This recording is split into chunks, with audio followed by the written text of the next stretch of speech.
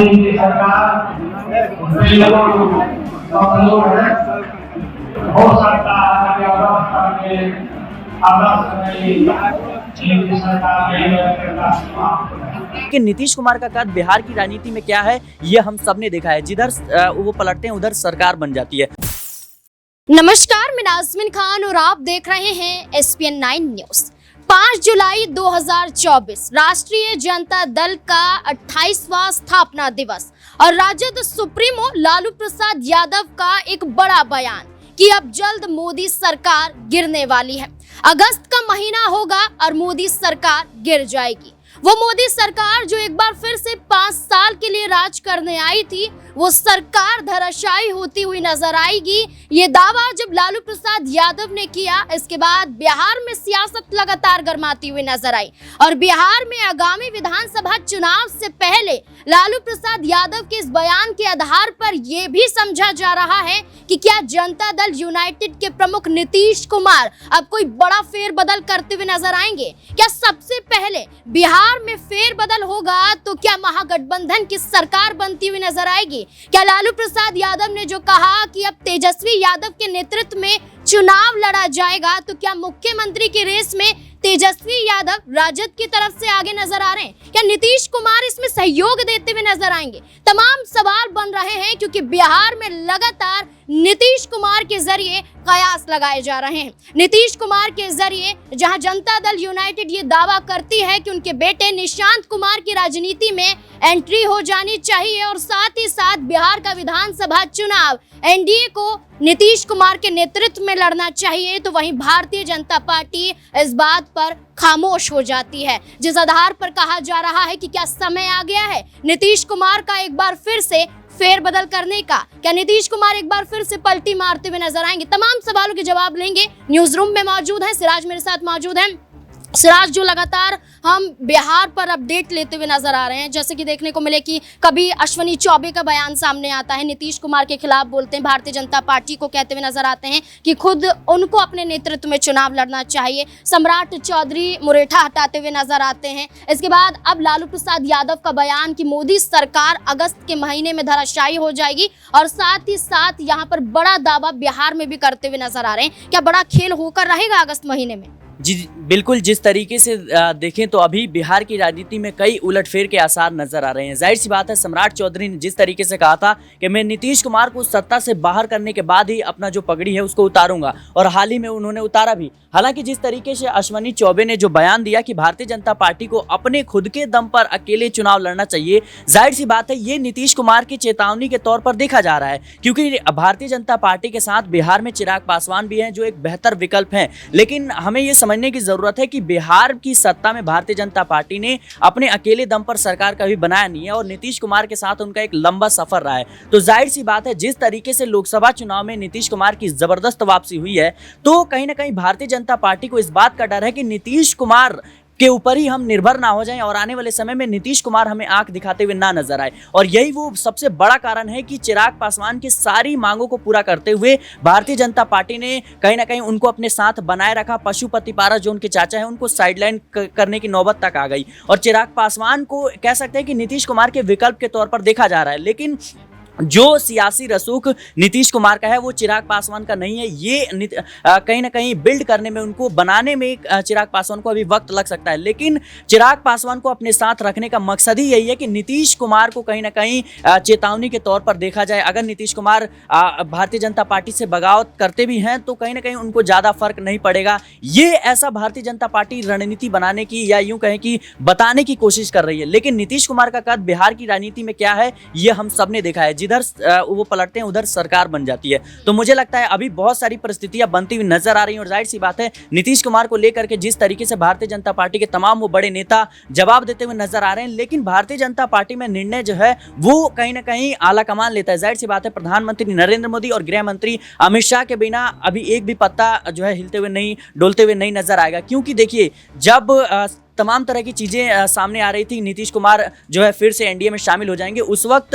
जो है सम्राट चौधरी कहते हुए नजर आते हैं कि ऐसी कोई भी बात नहीं है, ऐसा कुछ भी नहीं होने वाला। लेकिन अगले ही दिन जिस तरीके से नीतीश कुमार जो है कहीं ना कहीं भारतीय जनता पार्टी को समर्थन दे देते हैं, तो कहीं ना कहीं ये दर्शाता है कि जो ज़मीनी तौर पर भारतीय जनता पार्टी के नेता हैं वो उनकी बातों की कोई अहमियत है नहीं। और अश्विनी चौबे ने जिस तरीके से बयान दिए, ये कहीं ना कहीं अपने आप में कई चीज़ों को दर्शाता है। देखिए, बिल्कुल अगर हम बात करें नीतीश कुमार की, तो नीतीश कुमार के नेतृत्व में एनडीए को चुनाव लड़ने को लेकर जनता दल यूनाइटेड की तरफ से दावा किया जा रहा है, तो वहीं राजद की तरफ से कहा जा रहा है कि तेजस्वी यादव के नेतृत्व में चुनाव होगा। और कहीं ना कहीं लालू प्रसाद यादव ने संकेत दे दिए हैं कि तेजस्वी यादव ही बिहार के अगले मुख्यमंत्री बनने वाले हैं। क्या ये सच होता हुआ नजर आएगा? तनुज मेरे साथ मौजूद है। तनुज, क्या लगता है, जहां एक तरफ तेजस्वी यादव ये दावा करते हैं कि अब नीतीश कुमार की वापसी महागठबंधन में होगी, लोकसभा चुनाव के प्रचार के दौरान तेजस्वी यादव का ये कहना कि अब तो मैं मुख्यमंत्री की कुर्सी पर काबिज हो जाऊंगा और चाचा जी फिर से हमारे पास आएंगे। उन्होंने ये भी तक कहा कि शरीर तो वहां है लेकिन दिल हमारे पास है। तो क्या अब ये सच होता हुआ नजर आएगा?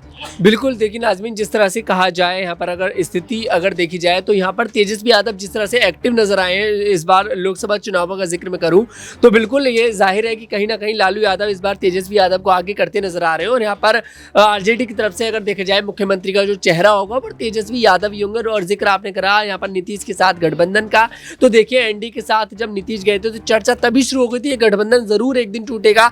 और जब एनडीए की सरकार लोकसभा चुनाव में जीत के बाद बनी, उसके बाद बड़ी जिम्मेदारी नीतीश को नहीं मिली, तब से तो उसके बाद कहीं ना कहीं नीतीश नाराज दिखाई दिए। प्रधानमंत्री मोदी बिहार पहुंचे नालंदा यूनिवर्सिटी का उद्घाटन करने के लिए, तब नीतीश को लेकर वहां पर देखिए नीतीश ने एयरपोर्ट पर रिसीव करने के लिए नहीं पहुंचते, तो ये साफ जाहिर करा, बड़े संकेत दिए कि भाई नाराजगी कहीं ना कहीं है। उसके बाद अश्विनी चौबे का जो बयान आया उसके बाद ये पूरी तरह से स्पष्ट हो गया कि भारतीय जनता पार्टी एक बड़ी रणनीति यहाँ पर बनाती दिखाई दे रही है, क्योंकि अश्विनी चौबे के उस बयान को लेकर कोई भारतीय जनता पार्टी का कोई बड़ा नेता यहाँ पर कोई बात नहीं कह रहा। अगर ठीक है आपके नेता ने कोई गलती से कोई शब्द बोल दिए हैं, क्योंकि आपको इस समय नीतीश कुमार की जरूरत है। अगर एनडीए की सरकार केंद्र में चलानी है तो नीतीश कुमार की जरूरत है। 12 सांसद यहाँ नीतीश कुमार के पास है और कहा जा रहा है कि अगर नीतीश कुमार यहाँ पर साथ छोड़ते हैं तो टीडीपी पीछे नहीं हटेगी। टीडीपी पहले से ही भारतीय जनता पार्टी की जो विचारधारा रही है उसके अगेंस्ट रही है। टीडीपी यहाँ पर अग्निवीर योजना के अगेंस्ट है। टीडी यहाँ पर मुसलमानों को आरक्षण दिलाने के हित में दिखाई देती है। भारतीय जनता पार्टी अगेंस्ट में काम करती है। तो ऐसे में मुझे नहीं लगता कि ये सरकार जो यहाँ पर केंद्र में बनी है ज्यादा समय तक टिक पाएगी।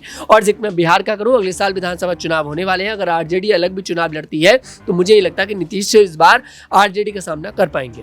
बिहार में एक मुद्दा लगातार गर्माता हुआ नजर आ रहा है, जहां लगातार पुल गिर जा रहे हैं। लगभग अब तक 12 पुल धराशायी हो चुके हैं और जहां एनडीए है तो वहां महागठबंधन है। एक दूसरे पर आरोप प्रत्यारोप का सिलसिला जारी है। लगातार देखने को यह मिल रहा है कि कभी भारतीय जनता पार्टी की तरफ से आरोप लगाया जाता है कि तेजस्वी यादव की सरकार के दौरान ये पुल धराशायी होते हुए नजर आए, तो वही आरोप यहाँ पर तेजस्वी यादव लगाते हुए नजर आ रहे हैं कि जांच कीजिए, आपकी सरकार है और आखिरकार आप कैसे यहाँ पर खामोश हैं। अब इस पूरे मामले में नीतीश कुमार ने लगभग 11 इंजीनियर को सस्पेंड भी कर दिया है। लेकिन क्या इस मुद्दे के जरिए बिहार में नीतीश कुमार अब फंसते हुए नजर आएंगे? माही मेरे साथ मौजूद है, जानने की कोशिश करेंगे कि क्या कुछ अब बिहार में ये मुद्दा क्या नीतीश कुमार पर भारी पड़ता हुआ नजर आएगा? क्या लगता है माही, कि जो पुल लगातार धराशायी होते हुए नजर आए, पोल खुल रही है कि कैसे आपने बिहार में काम करवाया है और कैसी व्यवस्था है, तो क्या ऐसे में नीतीश कुमार या एनडीए सरकार फंसती हुई नजर आ रही है? जी बिल्कुल, देखिए अब ये नीतीश के लिए कहीं ना कहीं बैकड्रॉप हो सकता है। मुझे लगता है कि भारतीय जनता पार्टी कहीं ना कहीं डायरेक्टली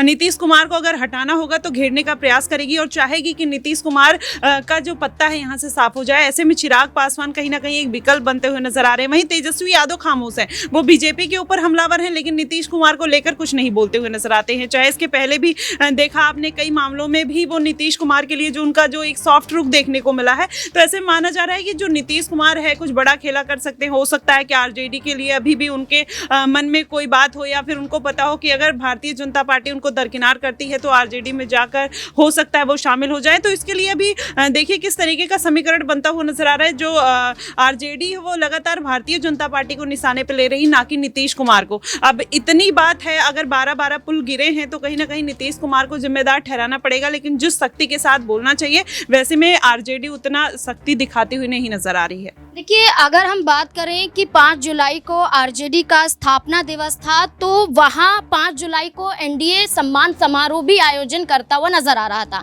उस दौरान देखा जाए तो चिराग पासवान जो नीतीश कुमार के समर्थन में उतरते हुए बिहार को विशेष राज्य का दर्जा दिलाने की मांग करते हुए नजर आते हैं, तो वही चिराग पासवान एनडीए के सम्मान समारोह में शामिल होते नहीं हैं। इस आधार पर क्या चिराग पासवान भी कोई बड़ा खेल करते हुए बिहार में नजर आ सकते हैं? यहाँ पर दिनेश मेरे साथ मौजूद है, जानने की कोशिश करेंगे। दिनेश, क्या लगता है, जिस तरीके से चिराग पासवान नीतीश कुमार के खिलाफ एक वक्त पर नजर आते थे, आज नीतीश कुमार के समर्थन में बोल रहे हैं और कल एनडीए का सम्मान समारोह था उसमें भी शामिल होते हुए नजर नहीं आते हैं, तो क्या इसमें चिराग पासवान भी कोई बड़ा खेल या सीएम पद के लिए अपने आप को आगे करने की कोशिश कर रहे हैं? देखिए, राजनीतिक महत्वाकांक्षाएं होती हैं और चिराग पासवान अभी राजनीतिक आधार पर देखा जाए तो युवा हैं और अभी जिस तरीके से उनकी पार्टी ने जो प्रदर्शन किया है बिहार में लोकसभा चुनाव के दौरान, वो उनकी उम्मीदों से बेहतर था। तो यहाँ पर देखा जाए आगामी वक्त में तैयारियां जरूर की जा रही हैं, कोशिशें जरूर की जा रही हैं कि पार्टी का राजनीतिक आधार अब बिहार की विधानसभा चुनाव में भी यहाँ पर एक मजबूत बनाया जाए, क्योंकि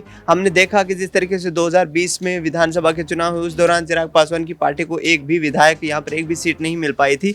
तो अब चाहेंगे कि वो आगामी वक्त में यहाँ पर कहीं ना कहीं मजबूती के साथ चुनाव लड़ते हुए नजर आए और इस लोकसभा चुनाव में मिली जीत का फायदा उठा पाए, क्योंकि चिराग पासवान खुद जानते हैं कि राजनीतिक रूप से बिहार में इतने वो कहीं मजबूत नहीं है यदि स्वयं अपने दम पर हुंकार भरते हुए नजर आते हैं, क्योंकि नीतीश कुमार, लालू प्रसाद यादव, तेजस्वी यादव ये दिग्गज नेता हैं और बिहार की राजनीति में देखा जाए तो इनका मजबूत सियासी आधार है, संगठन काफ़ी मजबूत है और इसी आधार पर चिराग पासवान अब कहीं ना कहीं एनडीए में शामिल होकर के जिस तरीके से उन्होंने जीत हासिल की, केंद्रीय मंत्री बन गए हैं, आगामी वक्त में सीट शेयरिंग की बात करते हुए नजर आएंगे। विधानसभा चुनाव में एनडीए में यदि मौजूद रहते हैं तो यहाँ पर बीजेपी भी उनको तवज्जो देती हुई नजर आएगी, क्योंकि 5 लोकसभा सीटों पर जीत दर्ज करना इसका मतलब ये है कि तीसरी बड़ी पार्टी बन गई है उनकी पार्टी।